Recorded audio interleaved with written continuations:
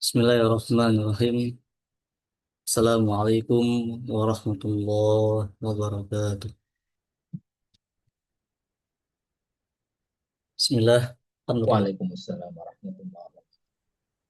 Alhamdulillahi rabbil alamin. Wa bihi nasta'in wa ala umuri dunya waddin. Wassalatu wassalamu ala asrafil anbiya wal mursalin wa ala alihi wa sahbihi ajma'in amma ba'd. Rabbi israh li sadri wa yassir li amri wa hlul 'uqdatam min lisani yafqahu qawli. Allahumma sholli ala Sayyidina Muhammad wa ala ali Sayyidina Muhammad.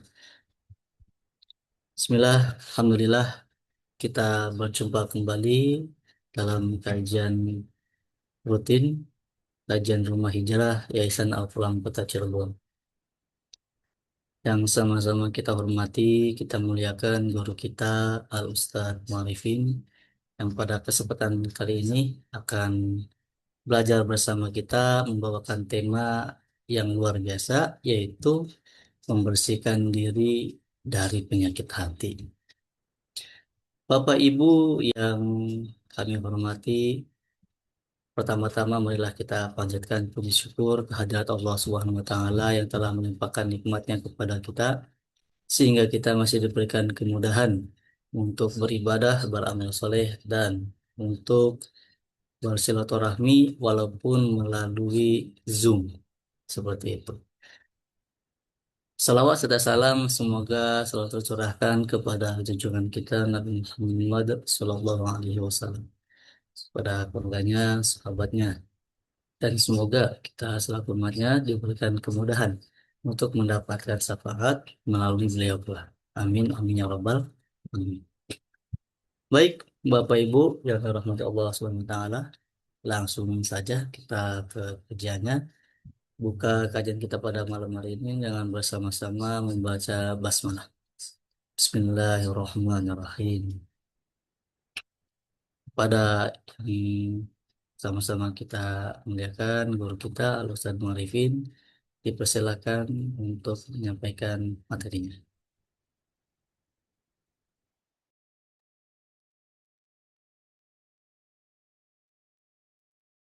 Assalamualaikum warahmatullahi wabarakatuh. Waalaikumsalam warahmatullahi wabarakatuh. Bismillahirrahmanirrahim. Alhamdulillah wassalatu wassalamu ala Rasulillah wa ala alihi wa sahbihi wa malah. Rabbi shrah li sadri wa yassir li amri uqdatan min lisani yafqahu qawli. Allahumma salli ala Sayyidina Muhammad al-fatih lima ughliqa wal khatimi lima sabab nasiril haqqi bil haqqi wal hadi ila siratikal mustaqim wa ala alihi wa sahbihi amma ba'd. Hadirin hadirat jamaah kajian Rumah Hijrah yang dirahmati Allah Subhanahu wa taala,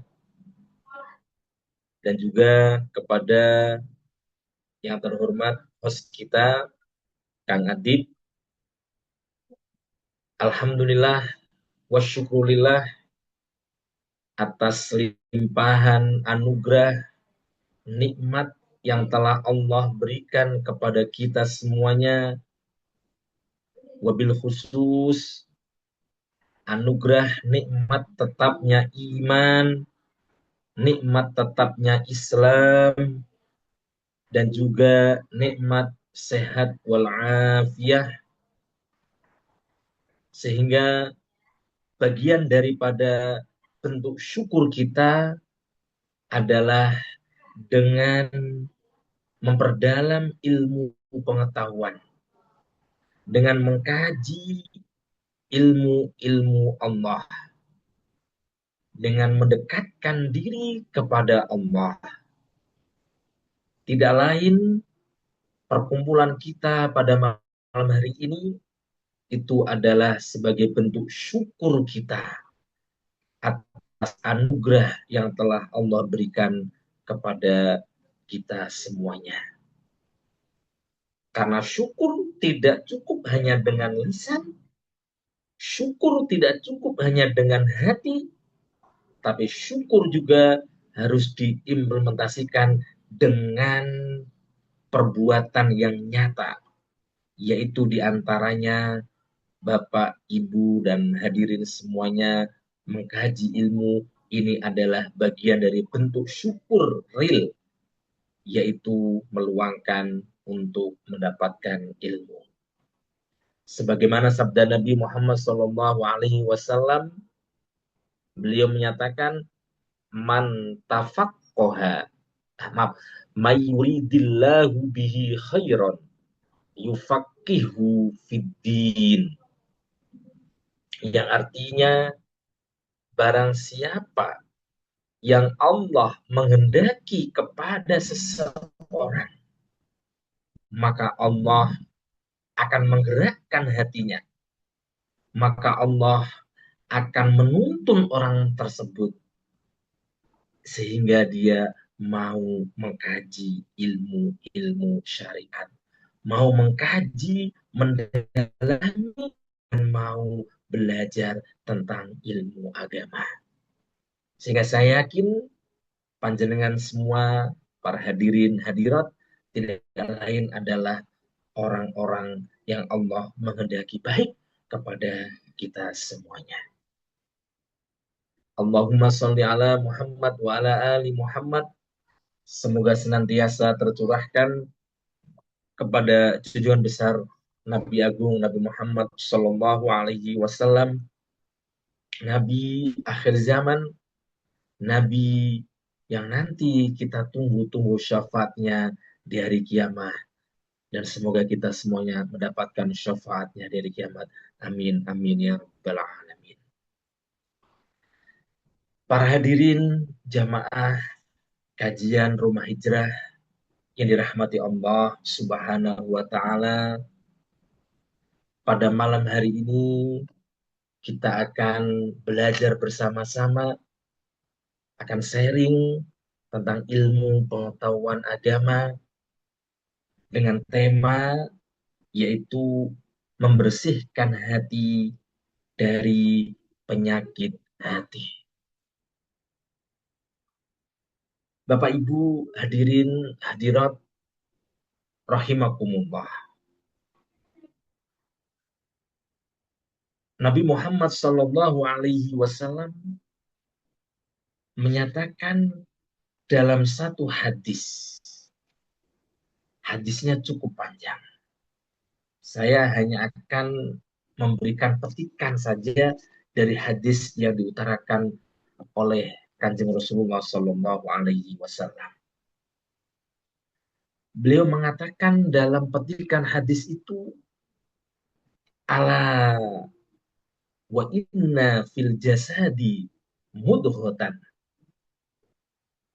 idza soluhat soluhal jasadu kulluhu wa idza fasadat fasadal jasadu kulluhu ala wahya al qalbu.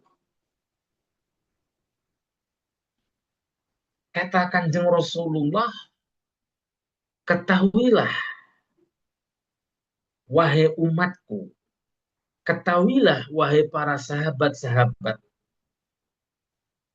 sesungguhnya dalam diri setiap manusia, dalam raga badan setiap orang, itu terdapat segumpal daging.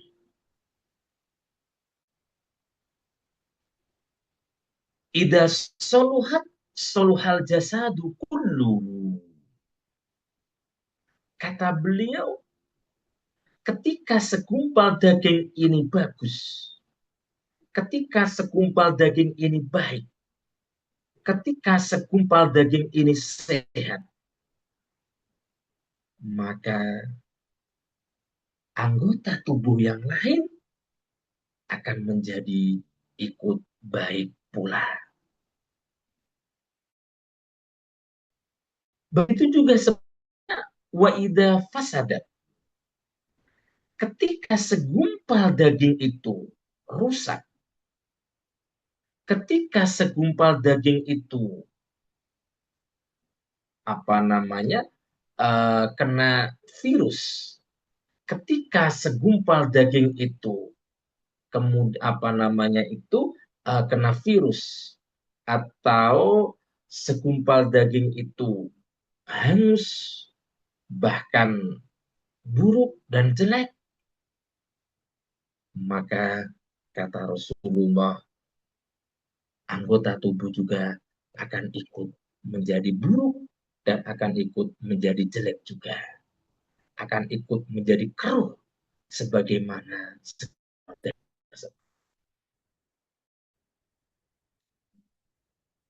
ketahuilah bahwasanya sekuat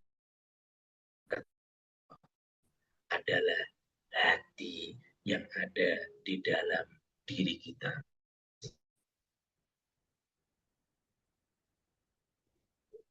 Ini memberikan satu pesan yang sangat-sangat penting sekali. Bahwasanya kita yang mempunyai anggota tubuh yang paling ideal dibanding makhluk hidup yang lain. Ternyata pengendali utama pada diri setiap orang tidak lain adalah hati ada di dalam tubuh kita. Sehingga tolak ukurnya manusia oleh malaikat, oleh Allah, itu bukan dilihat dari casingnya, tidak. Tetapi tolak ukur daripada manusia menurut kacamata Allah, menurut kacamata malaikat adalah standarnya hati kita. Yang ada di dalam hati kita yang tidak kelihatan oleh kita. Tapi dia bisa menyetir akal kita, anggota tubuh kita ke arah mana, itu adalah hati yang ada di dalam tubuh kita masing-masing.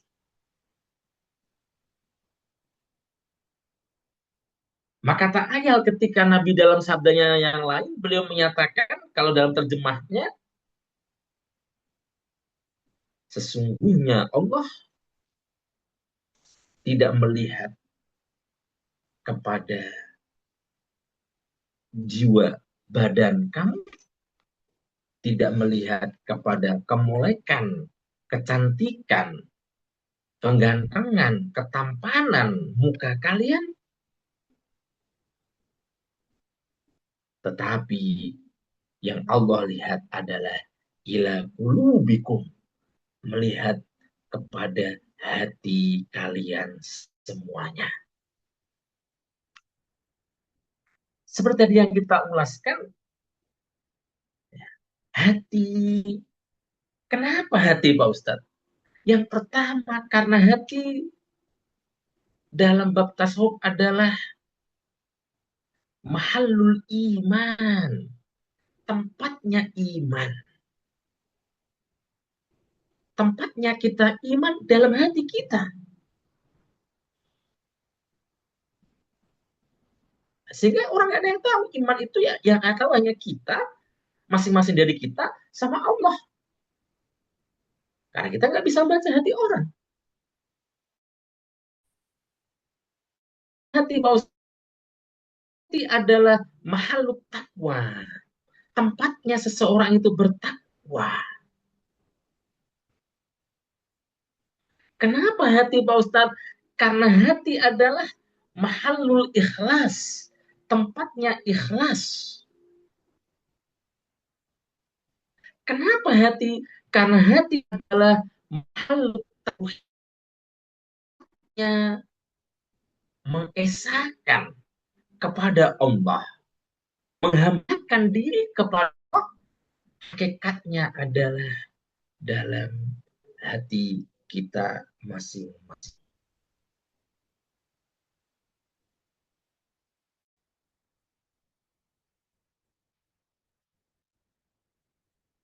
Kemudian dalam surat Asy-Syu'ara Allah menjelaskan la yanfa'u fihi malun wala banun illa man ata.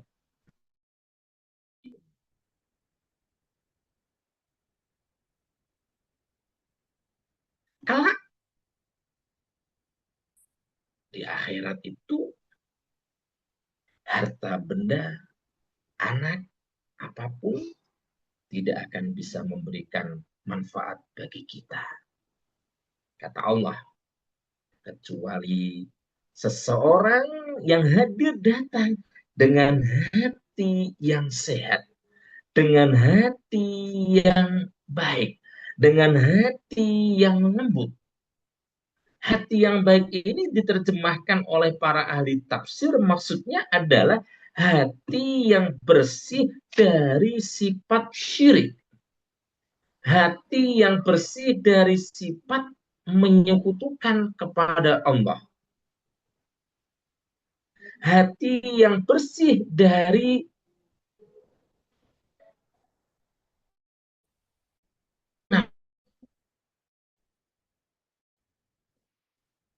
munafik itu casingnya bagus, tapi dalam imannya bobrok. Dengan istilahnya an-nifaq. Karena itu, para hadirin jamaah kajian Rumah Hijrah yang dirahmati Allah Subhanahu wa taala dan yang berbahagia, kita harus menjaga, membersihkan, mensucikan hati kita dari penyakit hati. Supaya hati kita bisa menjadi tadi hati yang sehat. Kata Allah dalam itu bin salim, hati yang bersih, hati jernih. Atau dalam hadis Nabi kalau saya kaitkan tadi,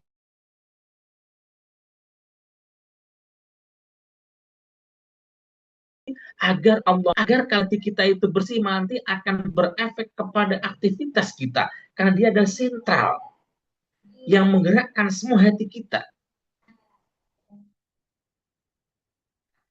Maka Imam Al-Ghazali rahimahullahu taala menjelaskan dalam kitab apa namanya, Imam Al-Ghazali menjelaskan dalam kitab Ihya Ulumuddin,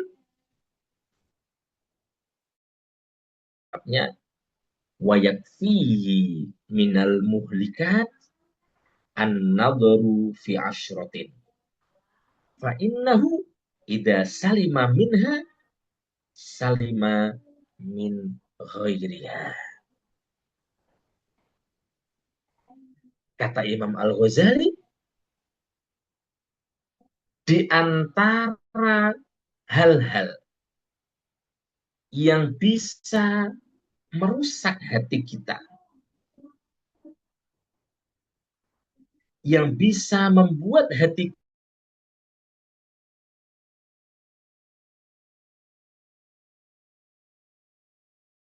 kita menjadi kotor adalah 10 hal berikut ini. Jika hati kita aman dari 10 sifat di bawah ini, maka insya Allah hati kita akan aman dari hal-hal yang lain akan menjadi kualitas hati yang ideal.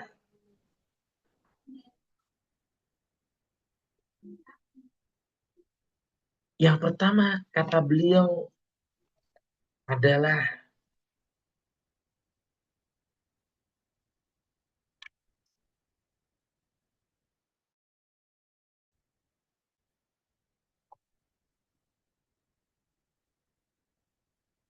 al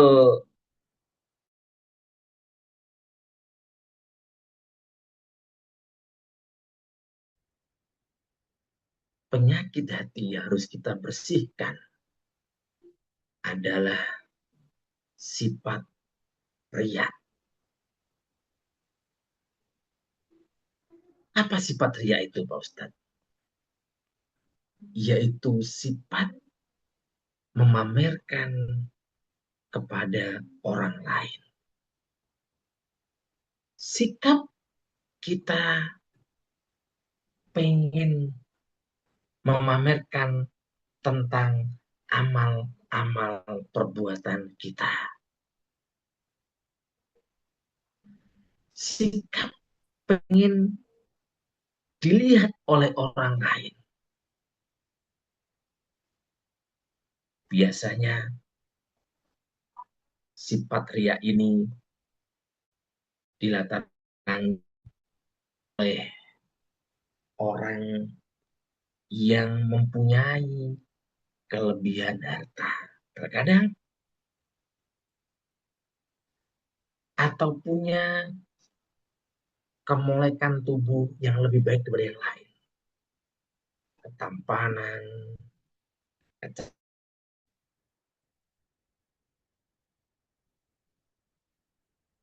atau juga bisa disebabkan memamerkan terhadap pencapaian kita yang bagus. Memamerkan amal ibadah kita kepada orang lain.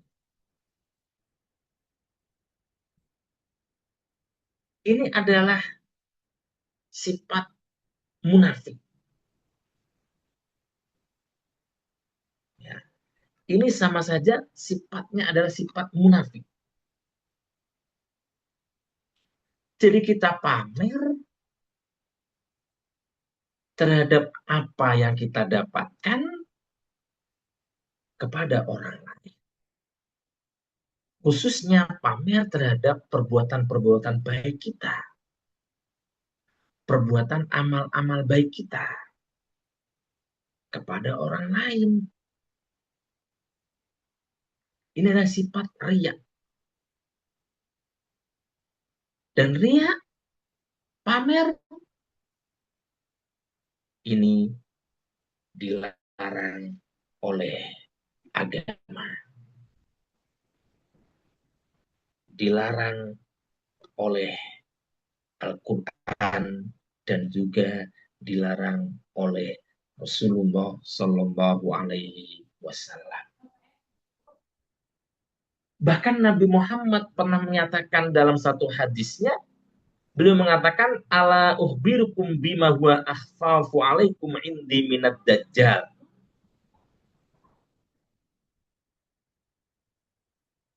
Wahai para sahabat, apakah aku kasih tahu kalian tentang apa yang membuatku lebih takut untuk kalian daripada fitnah dajjal? Apa itu Rasulullah? Kata Nabi adalah syirkul khafi, yaitu syirik yang semu. Syirik yang semu. Syirik yang tidak kelihatan. Apa itu? Kata Nabi, ayyaku marrojulu yusalli fayuzayyinu sholatahu lima yuro min nadhuri rojulin.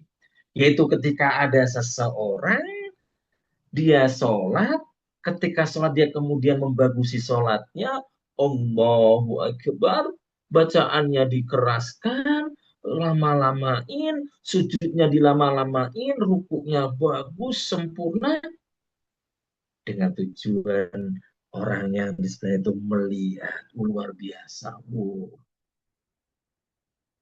dia mau pamer agar orang itu melihat dia. Maka ini salah satu penyakit yang harus kita hilangkan dalam diri kita. Pamer tidak harus berupa harta, bisa juga pamer itu kadang pamer ilmu, pamer kemewahan, pamer jabatan.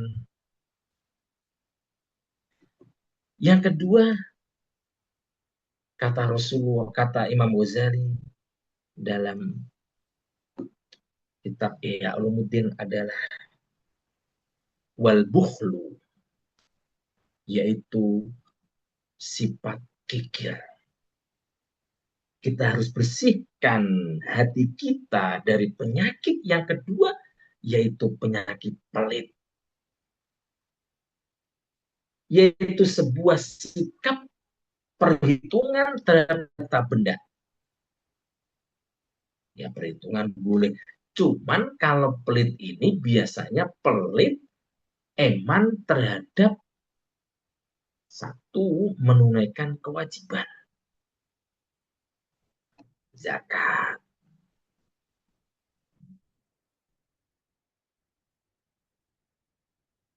Yang menjadi problem menurut analisa saya, Bapak Ibu semuanya,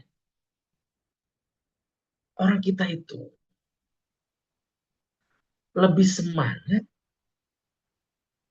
kalau disuruh untuk sedekah, disuruh untuk infak, disuruh untuk wakaf. Itu bagus, saya tidak berarti buat bagus, itu bagus, amal soleh. Cuman itu akan ironis ketika kita, seseorang, rajin infak, rajin sedekah, rajin wakaf, tapi yang wajib tidak ditunaikan. Ini ironis.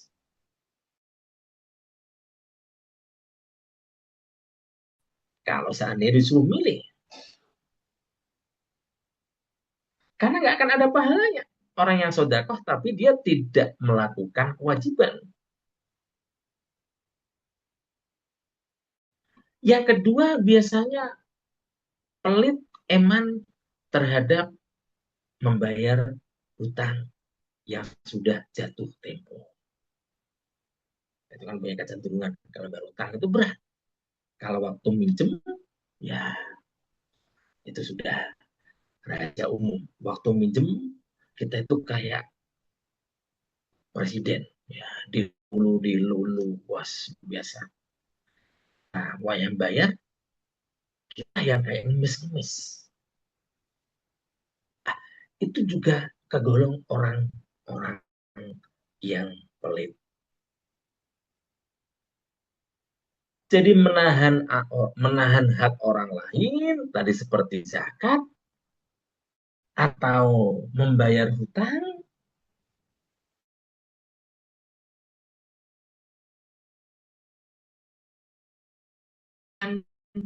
untuk keperluan umum, kurang ringan tangan. Ini juga bagian penyakit. Bahkan orang pelit sendiri itu dia nggak suka dengan sifat pelit. Ya orang itu pelit itu nggak suka dengan sifat pelit, tapi dia pelit sendiri. Nah ini penyakit yang kedua yang harus kita bersihkan. Yang ketiga, para bapak ibu hadirin, kata Imam Al-Ghazali adalah wal kibr,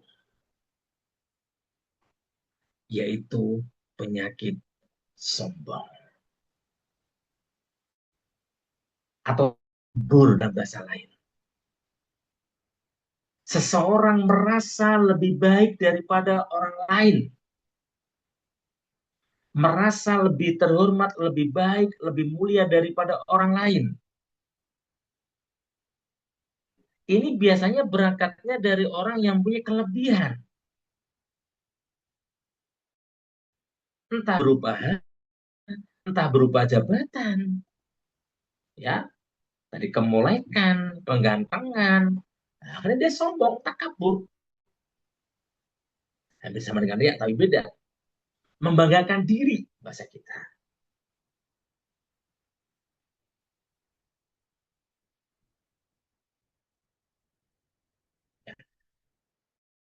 Baik, takabur,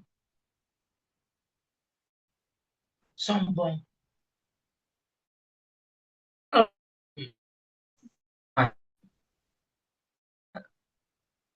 Uh, Sebenarnya filsafahnya iblis ketika ada orang bilang ana khairun minka, ketika ada orang mengatakan aku lebih baik daripada kamu, maka itu adalah filsafatnya iblis.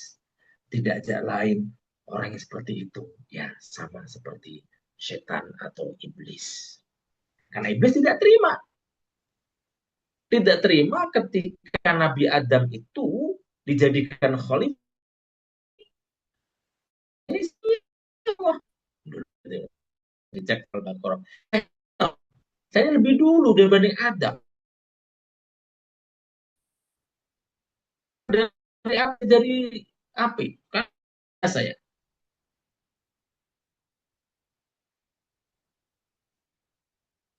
Enggak, penyanyi, Bapak Ibu, hanya dialami oleh masyarakat umum, tapi juga menyasar mungkin kami, seorang pendidik, seorang ustadz, kiai. Ini juga sama, penyakit yang sama.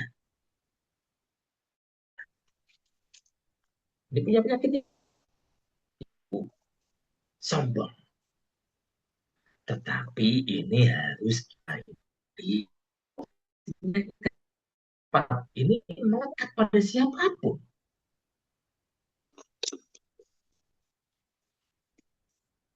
Karena yang layak untuk menganggap dirinya lebih utama, lebih baik, sifat kesombongan, sifat keagungan, itu hanya milik Allah Subhanahu wa Ta'ala. Wal kibriyai, keagungan itu hanya untukku. Barang siapa yang takabur atau sombong, maka Allah akan merendahkan dia. Sebaliknya, barang siapa yang tawadhu, handap asal, maka Allah akan mengangkat derajatnya.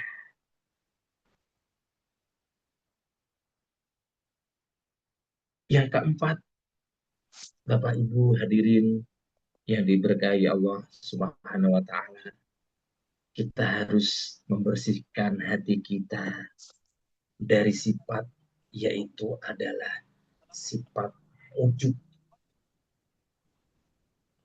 Ujub itu adalah sikap membanggakan diri.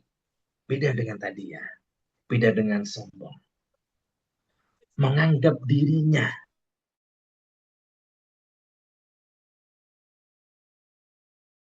baik.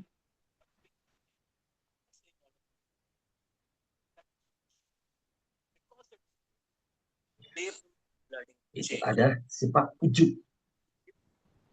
Selalu membanggakan dirinya. Ini gua nih, gua.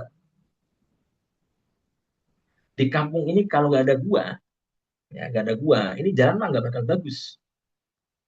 Di kompleks saya nih, kalau nggak ada saya, mah nggak begini. Begini. Kalau nggak ada anak saya, mah begini. Nggak ada bapak gua, mah begini. Jadi dia selalu membanggakan dirinya. Dirinya itu selalu dibangga-banggain terus. Hati-hati. Ini juga sikap yang harus kita hindari. Bagi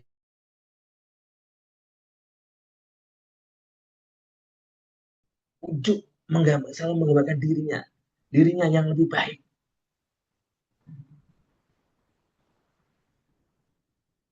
yang lebih senior.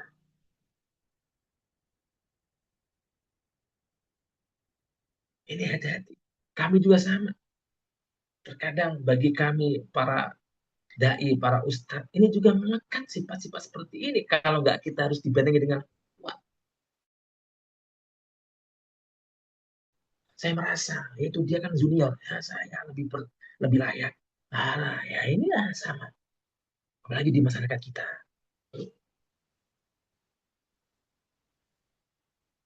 Yang berikutnya, para hadirin, adalah kita harus membersihkan hati kita. Yang kelima adalah dari sifat al-hasad. Wal-hasad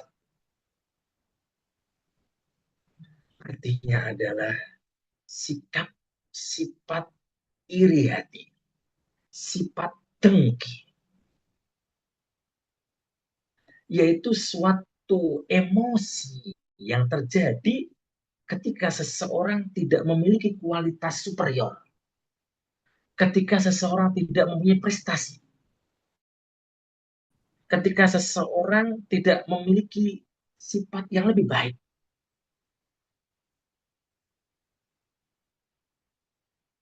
Ini yang timbul adalah hasut, dengki, iri. Selalu tidak terima kalau ada temannya mendapatkan kelebihan rezeki. Selalu tidak terima kalau ada temannya mendapatkan kelebihan ilmu. Selalu tidak terima.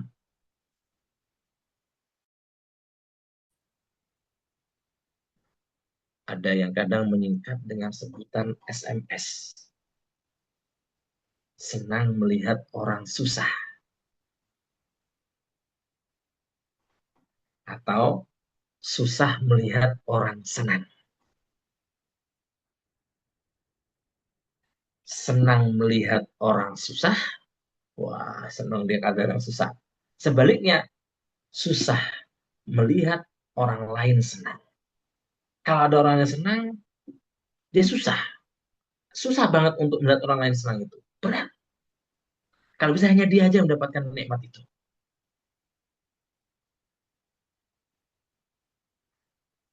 Jadi kalau ada orang lain mendapatkan nikmat, mendapatkan promosi jabatan, kenaikan pangkat, maka orang ini langsung merasa, gimana itu, nggak terima. Mestinya saya yang layak. Dia iri.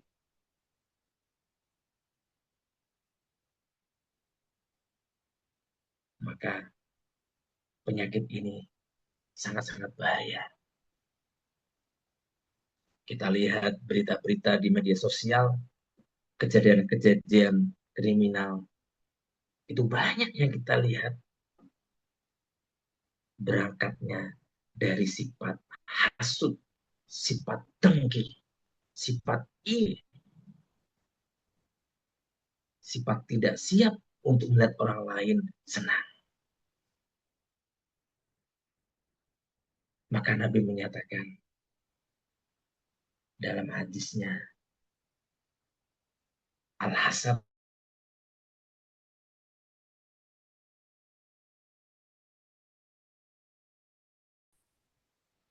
penyakit hasut iri hati ini bisa memakan, bisa melenyapkan kebaikan-kebaikan kita. Sebagaimana api menghabiskan, melahap kayu-kayu bakar yang sudah kering. Maka ayo kita sama-sama jauhi sifat iri untuk saya pribadi dan untuk panjenengan semuanya. Karena sifat yang paling sangat berbahaya sehingga orang itu akan berbuat tindak kriminal, menghalalkan segala cara ketika dia sudah terhasut oleh yang namanya adalah iri, dengki, atau hasut tersebut.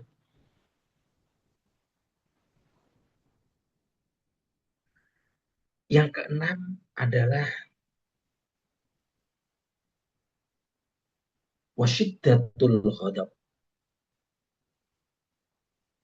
yaitu sikap atau sifat amarah yang hebat. Emosi. Ya orang marah itu boleh ya Bapak Ibu ya, bukan nggak boleh, sah-sah saja, boleh. Tapi kalau orang itu selalu cepat marah, emosi, tidak bisa menahan amarah, ini juga bahaya, menimbulkan malapetaka juga. Ini juga sikap-sikap yang harus kita semua hindari.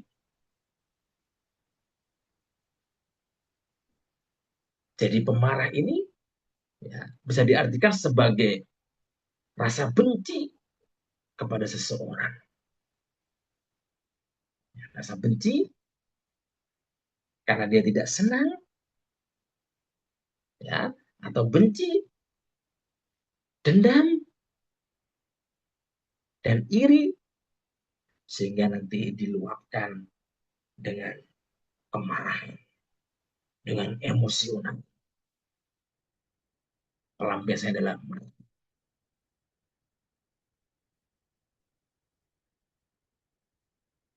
Bahkan bisa juga sikap marah ini diwujudkan dengan anggota tubuh, bisa pakai tangan, bisa pakai macam-macam.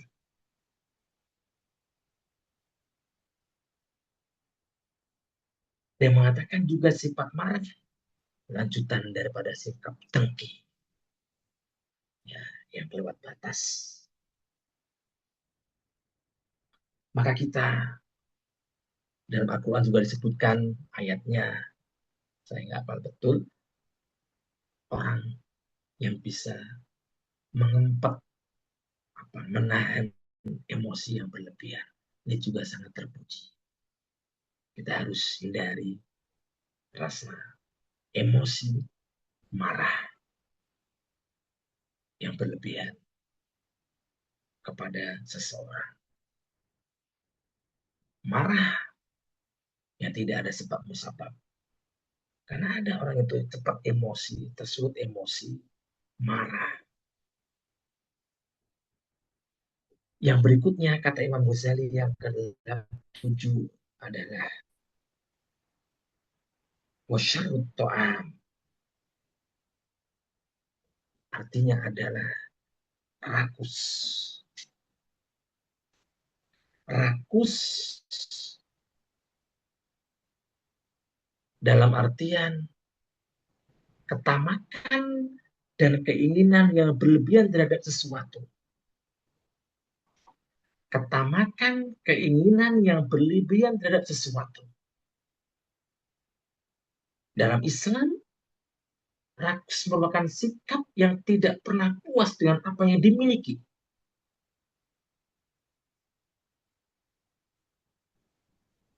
Nggak puas dengan yang dimiliki. Kebalikan dari sifat qanaah, neriman, bahasa Jawanya.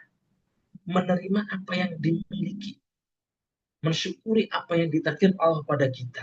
Ini juga bagian daripada yang harus tanamkan pada kita. Kita harus menghindari sikap namanya rakus. Karena penyakit rakus ini begitu bahaya.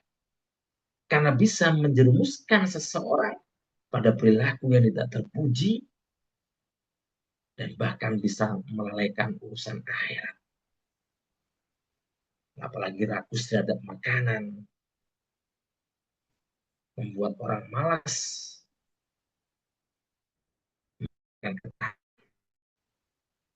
rakus dalam kacamata masyarakat juga sangat tidak disukai sama orang karena merugikan orang lain. Karena orang yang terjangkit penyakit rakus ini jadi akibat lemahnya persaudaraan sama muslim. Maka kita sebagai seorang muslim harus membersihkan hati kita dari sifat rakus, utamakan keinginan terhadap sesuatu. Kita boleh punya cita-cita, bukan tidak boleh, harus, ya, tapi harus rasional. Jangan melampaui batas kita. Yang kedelapan, para hadirin masyarakat,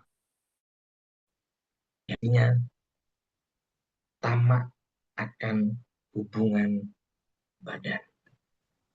Mohon maaf, tamak akan berhubungan suami istri. Kadang ada orang itu, dia di rumah, dia ada di kantor, dia ada di tempat kerjaan. Cuman pikirannya tamak ingin berhubungan. Ya mungkin dengan siapa. Ini merupakan penyakit yang ada di pada diri kita. Baik laki atau perempuan sama aja. Membayangkan siapa, dengan siapa. Meskipun tidak ada, hanya nah, gitu. Nah, karena ini harus kita hilangkan. Maka dalam Islam itu, Bapak Ibu, nah, ketika kita itu dalam hadis terjemahnya melihat seorang gadis yang cantik, kemudian kita terlinang-linang, kata hadis dalam artinya, maka disuruh untuk menggauli istrinya. Karena rasanya ya tidak jauh sama. Dan juga bagi seorang istri ketika nah ini berlaku sama, cuman biasanya lebih laki-laki. Ini juga akan merusak hati kita. Harus kita hindari dari sifat-sifat ini. Yang kesembilan adalah wahubbul mal, cinta akan harta benda. Wahubbul jah, cinta akan jabatan. 11, 9, 10. Ini sangat erat hubungannya. Ya. Hubungan keduanya, cinta harta dan gila jabatan. Biasanya terdapat pada orang. Biasanya orang yang gila jabatan itu biasanya identik juga dengan gila atau cinta harta. Karena biasanya orang itu kalau sudah menjabat, ya nanti yang dicari adalah cuan, mendapatkan harta secara umum. Namun tidak kebalikannya. Orang yang cinta harta belum tentu jabatan. Banyak orang kita yang kaya-kaya, dia nggak mau dapat jabatan. Ini secara umum ya.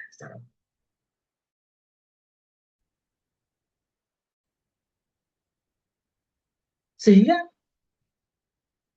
orang itu kalau sudah gila harta, kalau sudah cinta harta, melampaui kewajarannya orang, maka dia akan bisa menghalalkan semua cara untuk mendapatkan harta benda itu. Sehingga tidak hayal ketika dalam hadis hubbud dunya ra'su kulli khati'atin. Cinta dunia merupakan pangkal di setiap keburukan. Pangkal dari setiap perbuatan yang jelek. Itu adalah cinta dunia. Bukan berarti kita nggak boleh punya dunia, tidak. Yang nggak boleh itu cinta berlebihan, takut apabila harta kita itu hilang. Karena harta ini kan hakikatnya adalah amanah, titipan dari Allah.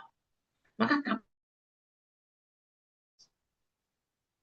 tidak eman untuk merasa. Begitu juga dengan cinta jabatan. Apa nanti yang terjadi, Pak? Banyak penjilat, cari muka, cari muka. Kalau orang sudah dimabuk dengan jabatan, akan iri. Pasti itu hubungannya. Sikut-sikutan. Maka sikap tadi semuanya akan muncul ketika seseorang itu sudah dimabuk gila oleh yang namanya jabatan.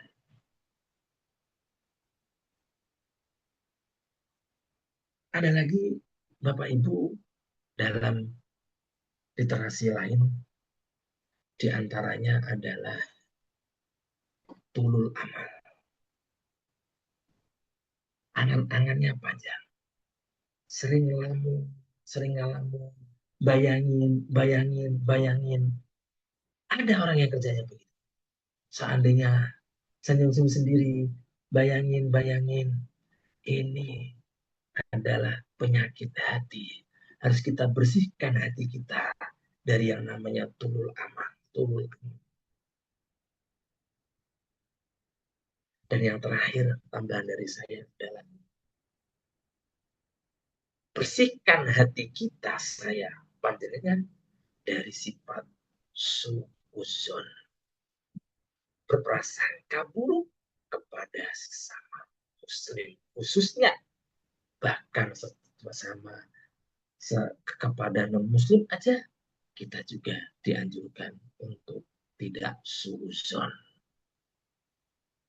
berprasangka buruk, berprasangka buruk dikedepankan daripada suuzon. Tetapi di akhir-akhir ini kita harus punya sifat tengah-tengah, yaitu kewaspadaan tinggi. Maksudnya waspada. Yang waspada itu ya sikap hati-hati, kekhawatiran, bukan suuzon. Ya agak beda memang, agak sama tapi beda. Sekarang lagi banyak misalnya kejahatan. Jadi kita waspada, ya bukan kita ini hanya khawatir. Ya sudah, jangan berburuk sangka kepada orang. Jangan orang ini mau apa namanya, ketika kita mendapatkan musibah, berusaha kepada Allah. Jangan Allah itu mau saya begini begini. Dan itu dianjurkan oleh Allah, oleh Nabi, agar selalu menjauhi prasangka buruk, musibah. Allah jajan mau jadi begini, Allah mungkin nggak boleh. Tapi juga kepada sesama, agar kita hindari sifat-sifat suuzon tersebut. Bapak Ibu hadirin yang dirahmati Allah Subhanahu wa taala. Itulah pemaparan yang bisa kami uraikan pada malam hari ini. Mari kita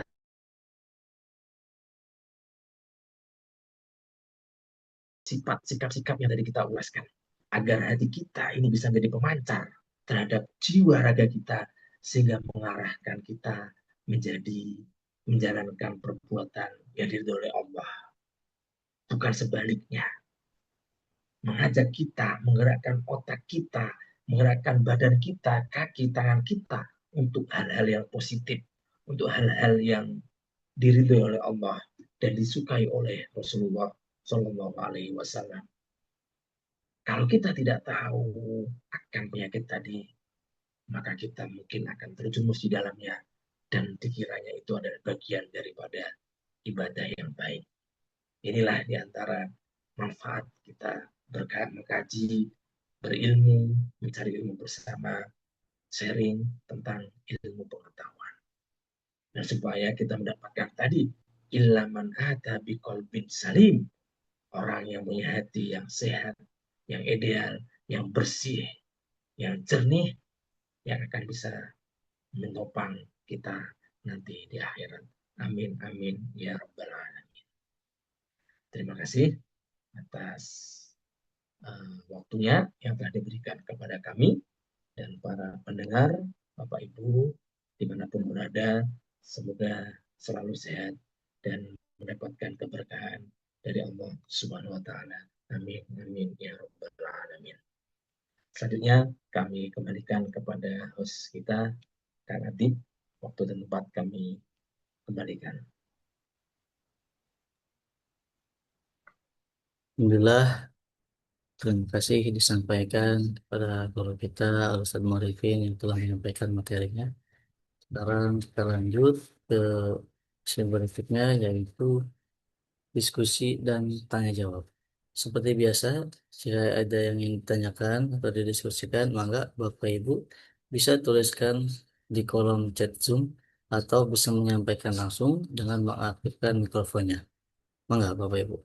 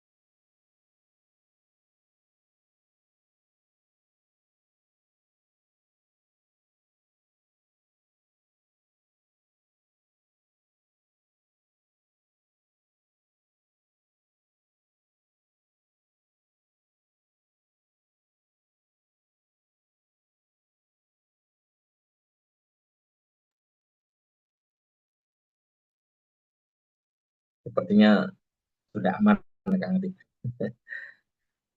karena ini nggak nampak dalam diri kita. Silakan Bapak Ibu.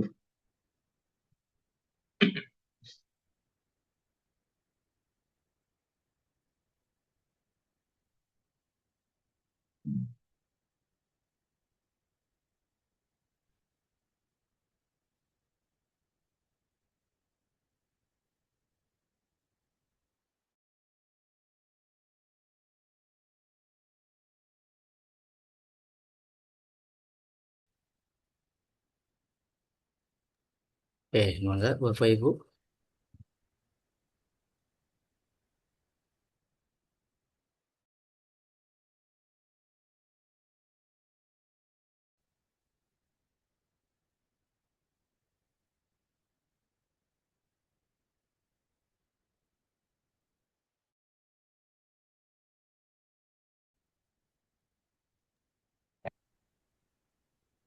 Baik, mungkin untuk kajiannya kita cukupkan sampai ini Pak Ustadz.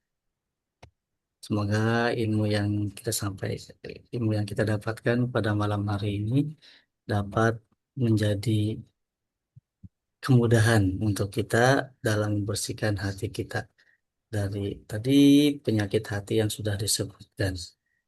Semoga kita juga terhindar dari penyakit-penyakit hati tersebut sehingga kita bisa saling berbagi kebahagiaan Pak, antar sesama manusia. Seperti itu.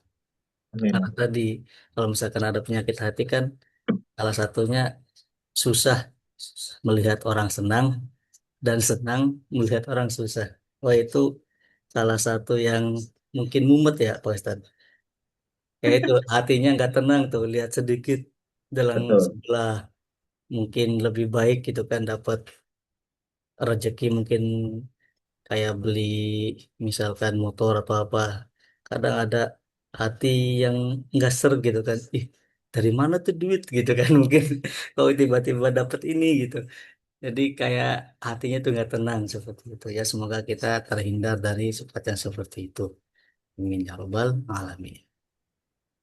Baik, mungkin kita cukupkan Pak Ustadz untuk kajiannya sebelum ditutup.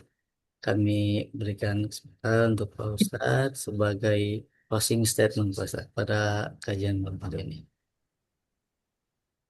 Terima kasih Bapak Ibu hadirin jamaah kajian Rumah Hijrah dirahmati Allah. Sedikit sebagai penutup, memang kita sebagai seorang manusia tidak luput dari dosa, dari penyakit-penyakit hati yang ada pada diri kita. Tetapi setelah kita tadi mengetahui beberapa tentang penyakit-penyakit hati, maka mari kita niatkan kembali pada saat ini, detik ini, kita bersihkan hati kita dari sifat-sifat yang tercela tersebut. Ketika terbesit kita, maka beristighfarlah kembali kepada Allah lagi. Ketika kita berprasangka, kembalilah lagi. Ketika kita iri, hilangkan itu. Memang ini tidak bisa langsung penyesalan, harus kita usahakan sedikit demi sedikit, step by step. Karena ini adalah perasaan dengan rasa, tidak dengan doya.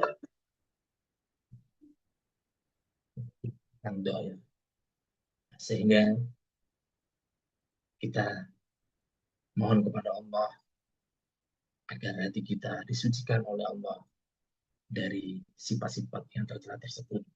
Sehingga hati kita menjadi hati yang berkualitas, hati yang jernih, hati yang bisa menyinari jiwa raga kita semuanya. Amin, amin, ya rabbal alamin.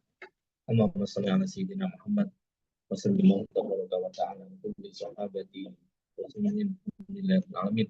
Allahumma sholli ala sayyidina Muhammad salatan tunjina biha min jamil ahwal wal afat wa taqdi lana biha jamil hajat wa tutahhiruna biha min jamil sayyat wa tarfa'una biha indaka 'ala darajat wa tuballighuna bi aqsal ayat min jamil khairat fil hayati wa dal mamat. Allahumma anfa'na bima 'allamtana wa 'amilna bima 'alimna. Allahumma inna nas'aluka al-'afwa wal 'afiyah wal mu'afa fid dini wad dunya wal akhirah. Allahumma rzuqna ilman nafi'a wa rizqan katsiran halalan thayyiban mubarakan fina.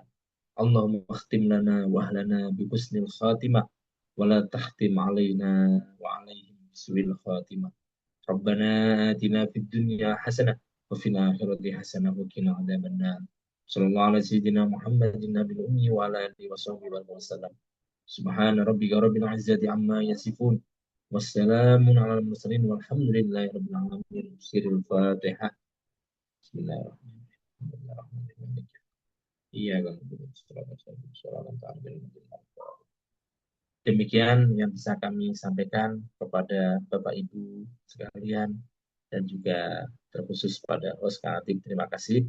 Mohon maaf barangkali ada tutur kata penyampaian yang kurang baik dan kurang berkenan di hati para jamaah.